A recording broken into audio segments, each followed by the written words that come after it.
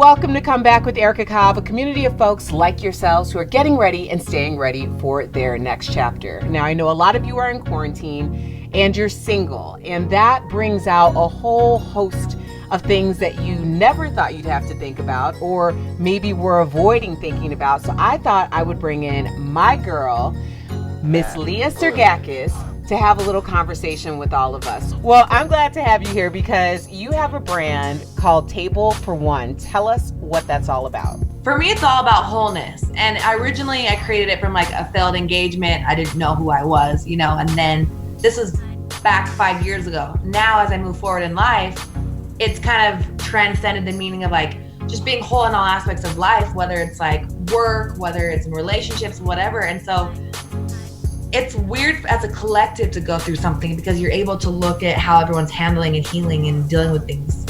We're all facing the same evil basically right now.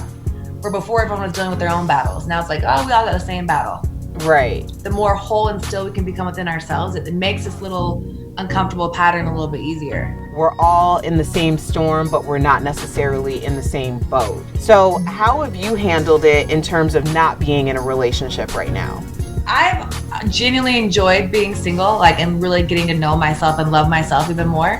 So for me, during this quarantine personally, I've been trying to go more introspective of like, Leah, what do you really want in a partner? I understand that it's about, culture and expectations of said society, and people tend to get, married and pregnant and all that stuff earlier.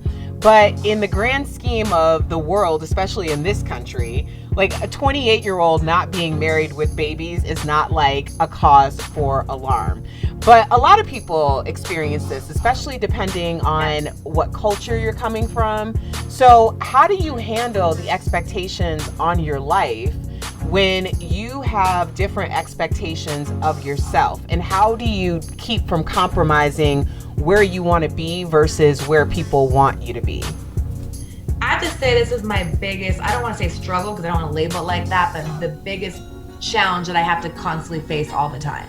Whether it comes from a family level, community level, friends, people always want to project like that if I don't have a man or a child, I'm not happy.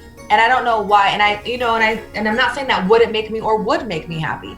It's just this weird stigma of if you don't have that, like you must be miserable. Come back, kids. Thank you for spending just a little bit of time with us on Come Back to Table for One with Leah Sergakis. You can get all of Leah's information on my website, comeback.tv. And of course, you can always hit me up at 413-GET-COBB. That's 413-GETCOBB. Thanks again, and check us out next week on Come Back with Erica Cobb.